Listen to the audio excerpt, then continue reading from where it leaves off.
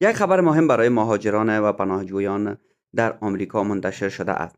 قاضی فدرال آمریکا جان مک‌کانل حکم داده که دولت نمیتواند پرونده های مهاجرتی و پناهندگی افراد از 39 کشور از جمله افغانستان را بدون دلیل قانونی متوقف کند. این سیاست باعث شده بود هزاران نفر برای ماه‌ها در بلا تکلیفی بمانند و نتوانند پاسخ پرونده های پناهندگی، گرین کارت، اجازه کار و حتی درخواست شهروندی خود را دریافت کنند.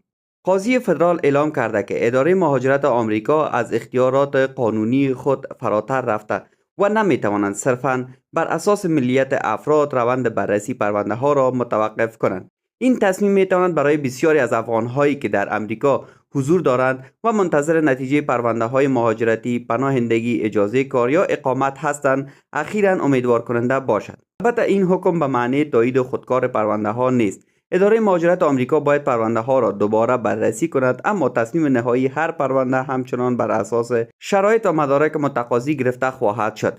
در حال حاضر انتظار می رود دولت آمریکا نسبتاً به این حکم درخواست تجدید نظر ارائه کند، اما تا این لحظه این تصمیم یکی از مهمترین پرونده های حقوقی برای مهاجران و پناهجویان در سال 2026 محسوب می شود.